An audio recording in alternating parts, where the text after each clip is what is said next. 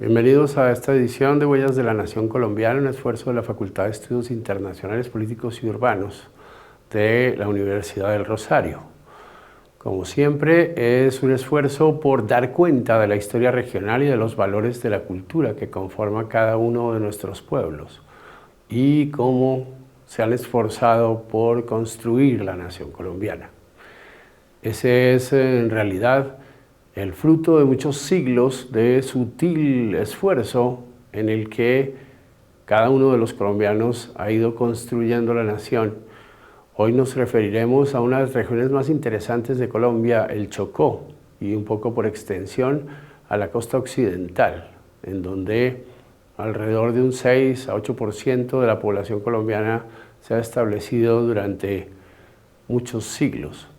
En ese orden de cosas está relacionado con el pasado indígena de los Embera y los Huatú y también los chicarares y otros grupos indígenas que se establecieron desde probablemente la Alta Edad Media hasta el presente en esa región. Por eso también tiene que ver con el establecimiento de los descendientes de antiguos siervos y esclavos que llegaron en los barcos a Cartagena y otros lugares del país desde el siglo XVI hasta el siglo XIX. En el contexto de su poblamiento, en el modelo de su vida, ha sido fundamental la selva, por supuesto, el escenario por excelencia del Chocó, y también los ríos Atrato, San Juan y Baudó, fundamentales en la supervivencia de la población y en el desarrollo, además de los contactos que esto ha tenido con el resto del país. Habría que destacar de modo inicial que el Chocó es parte de la selva del Darién y por tanto ha tenido desde hace muchos siglos contacto con el mundo panameño, con lo que hoy es Panamá. En ese momento parte de Colombia, o de lo que habría de formar la Nueva Granada. El Chocó fue en 1501 el primer lugar avistado por españoles, por Rodrigo de Bastidas. Luego Fernández de Enciso y otros personajes fundaron la tristemente célebre Santa María la Antigua del Darién, que vivió de 1510 a 1524 y que fue el primer establecimiento en tierra firme de Sudamérica. Debido al clima, debido a los ataques de los indígenas, debido a una gran cantidad de conmociones, la vida en el Chocó fue siempre difícil para los no nativos. Por tanto, fue un territorio de exploración, un territorio en el que además se hicieron una gran cantidad de esfuerzos de poblamiento, todos fallidos, y además la búsqueda inútil del dorado. A pesar de que había enclaves auríferos, la dificultad de su explotación, lo oneroso que resultaba para los mineros y el esfuerzo muy denodado por sacar el oro, el poco oro que producía la región, han marcado el destino de este departamento y de toda la costa occidental del Pacífico desde el siglo XVI hasta el siglo XX. Podría decirse que el Chocó es esencialmente un territorio en permanente colonización. Por tanto, de los pocos grupos indígenas que lo habitaban, quedaron huellas en algunos lugares y enclaves interesantes a través de los cuales se puede rastrear el pasado paleontológico colombiano. Hacia 1560, empezaron ya los palenques de cimarrones a escapar del entorno en que vivían en Cartagena y además numerosos nuevos patronos hicieron que fracasase la cultura de plantación en Colombia. Y al fracasar la cultura de plantación, los siervos y esclavos quedaron libres para buscar un destino y lo buscaron en la tierra que más se parecía a su África occidental nativa. No hay que olvidar que las selvas del Chocó tienen la segunda pluviosidad más alta del mundo después de Vietnam, con 9.000 milímetros de agua caída en lluvia por año.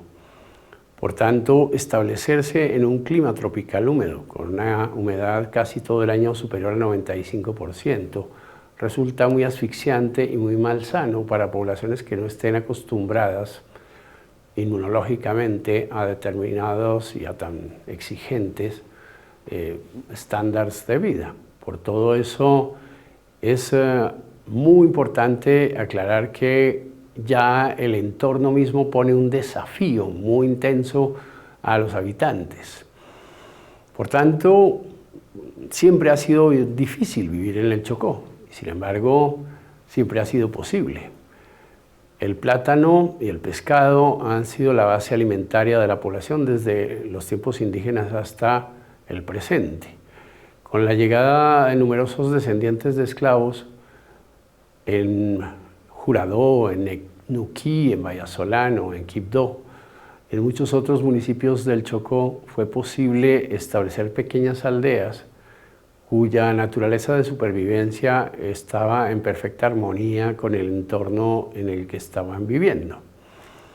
Por eso la vida del Chocó ha sido, digamos, discreta, sobria y además armónica con el entorno natural. Así ha transcurrido prácticamente hasta el siglo XX. Solamente en el presente se empiezan a vislumbrar los desafíos ambientales que suponen ya establecimientos grandes de población. Durante muy largo tiempo, el Chocó ha sido profunda y profusamente autónomo, es decir, viviendo lejos del resto del mundo, viviendo integrado consigo mismo en pequeñas comunidades en las riberas de los ríos Atrato, Truandó, Baudó y San Juan. Ahí es donde están los enclaves más importantes, los municipios característicos de la vida chocoana. También ha tenido profundas relaciones con el mundo hacia el sur. No hay que olvidar que justamente en la selva occidental fue en donde los españoles, por ejemplo, personajes muy importantes en la conquista del Perú, los hermanos Pizarro, etcétera, firmasen las capitulaciones a través de las cuales los 13 de la suerte afirmaron su compromiso de conquistar el Perú. Fue en el Chocó en donde oyeron del Perú. La misma palabra Chocó significa oro en embera. Y el Perú, la palabra Perú, se pronunció entre los aborígenes, prometiendo a los españoles en aquel día y en aquellos tiempos unas riquezas que efectivamente jamás defraudaron a aquellos que hicieron su primer compromiso. Es la selva occidental colombiana, que incluso va hasta el Ecuador, el territorio en donde fue posible avistar las posibilidades que ofrecía el inmenso sur. No obstante, las minas y las promesas que ese mismo territorio auguraba no resultaron más que ilusiones. Y eso fue providencial para la población que se estableció allí, porque libre de las mayores ambiciones de patronos españoles, fue posible que se viviese en un ambiente de aislamiento y de paz durante muy largo tiempo. Contrariamente a lo que se puede pensar en la historia colombiana, el Chocó ha vivido tranquila y suave, dulcemente, en medio de ese ambiente tan duro, de ese ambiente selvático tan exigente, con una población que sin embargo estaba perfectamente adaptada a las condiciones propias del entorno. Por eso todavía hoy plantea numerosos retos a la nación colombiana, como por ejemplo la forma de hacerse compatible y respetuoso del entorno selvático. Yo creo particularmente que la selva es el gran desafío de la humanidad, no solo por lo que significa para nosotros hoy, sino porque adaptarse a ella siempre ha sido temible, siempre ha sido exigente. Sin embargo, tenemos poblaciones que han sabido hacerlo y que lo han hecho muy bien durante largo tiempo. Por eso, creo yo, el Chocó es uno de esos departamentos cruciales, una promesa verdadera para la nación colombiana. Transcurrió, digámoslo así, pacíficamente el final del siglo XVI y todo el siglo XVII, con el establecimiento de unas pocas parroquias y con la cristianización por parte de misioneros, especialmente jesuitas, de los cimarrones y de los aborígenes que vivían en el Chocó. En el siglo XVIII, cuando se intentó de nuevo el experimento de las minas, algunos esclavos se rebelaron. Es famoso la rebelión del esclavo Barule en 1728, por ejemplo, que desafió a los patronos que desde Antioquia venían a tratar de poner adelante de nuevo el negocio de las minas. En la racionalización propia del siglo XVIII fue casi un imperativo que todos los territorios fueran revisados para producir nuevas riquezas, o por lo menos para ser investigados a ver qué es lo que podían producir. En efecto, el Chocó tenía algunas minas de oro sin explotar, pero parecidas a todas las demás minas colombianas, el trabajo era muy arduo y la recompensa muy magra. Por todo eso, pues muchos de estos esfuerzos, como el de Barule, condujeron a las rebeliones o a la ruina de la mayor parte de los expedicionarios que habían intentado llevar hasta España el oro de América. En cambio, en México o en el Perú se producía plata en cantidades absolutamente desbordantes. Por todo eso y en virtud de lo ingente que fue el esfuerzo de transformación de la vida social y de la vida humana gracias a la minería, el Chocó fue quedando a su suerte durante el resto del siglo XVIII y todo el largo siglo XIX.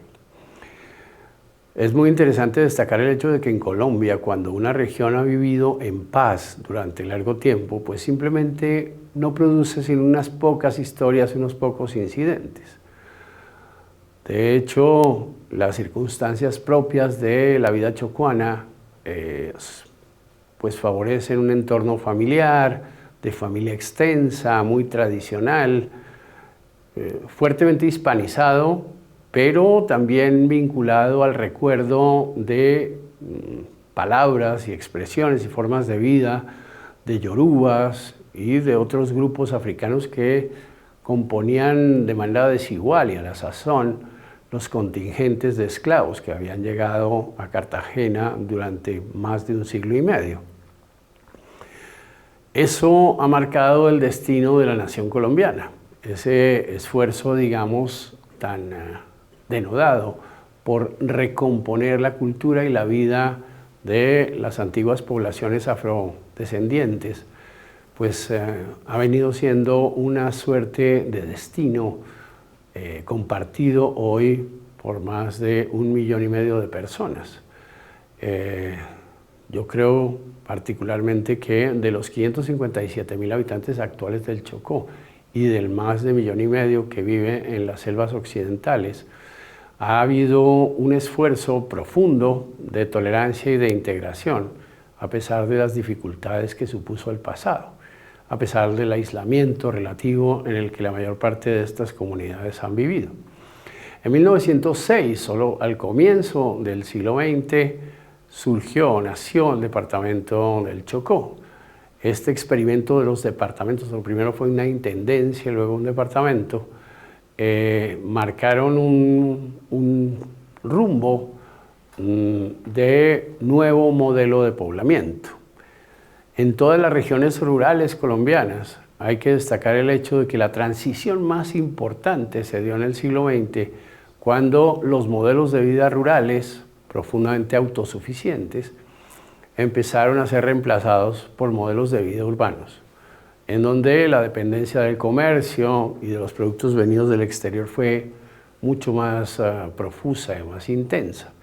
Hay que ver el paisaje del Chocó, el horizonte de sus bahías, de sus selvas, de sus ríos, para entender que en todos los aspectos fundamentales en los que uno pueda abordar la personalidad colectiva de la población chocuana, hay que tomar en cuenta el entorno.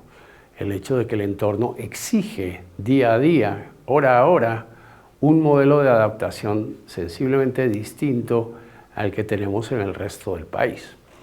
Por eso es tratado con inmenso respeto, con dedicación, y por eso ha sido uno de los lugares del país en donde, por ejemplo, más estudios se han hecho por parte del Instituto Colombiano de Antropología e Historia y de otras instituciones dedicadas al conocimiento del pasado y al desarrollo de la cultura y de las tradiciones. La vida chocuana es una vida fuertemente integrada a los ríos, a la navegación fluvial. Si no fuera por los ríos, la posibilidad de recorrerlo pues no sería expedita. Los caminos son siempre difíciles y exigentes. Ya en el siglo XX se ha destacado profundamente el hecho de que el Chocó es, a través de Tribugá y Vallasolano, uno de los territorios que más fuerza integradora debería tener con el resto del país. También la separación de Panamá, los desafíos que hoy de modo tan intenso plantea el Darién, una de las regiones más exigentes y más inhabitables, y sin embargo hoy fuertemente poblada por migrantes, ha marcado el destino de la región occidental o noroccidental colombiana, cuyo eje es sin duda alguna el Chocó. También durante el siglo XX y en virtud de los muchos problemas, el Chocó se ha venido contagiando de los efectos negativos del conflicto armado y de sus contradicciones. Por todo eso ha requerido de mucha mayor atención, no solo por parte del Estado, sino en general por parte de la nación, que debe esforzarse por abarcar y comprender todo aquello que tiene que ver con la vida chocuana, con sus posibilidades y desafíos. Chocó es además un departamento productor de madera y de otros minerales y de especies vegetales. Es un departamento riquísimo en biodiversidad. Es una especie de museo a cielo abierto.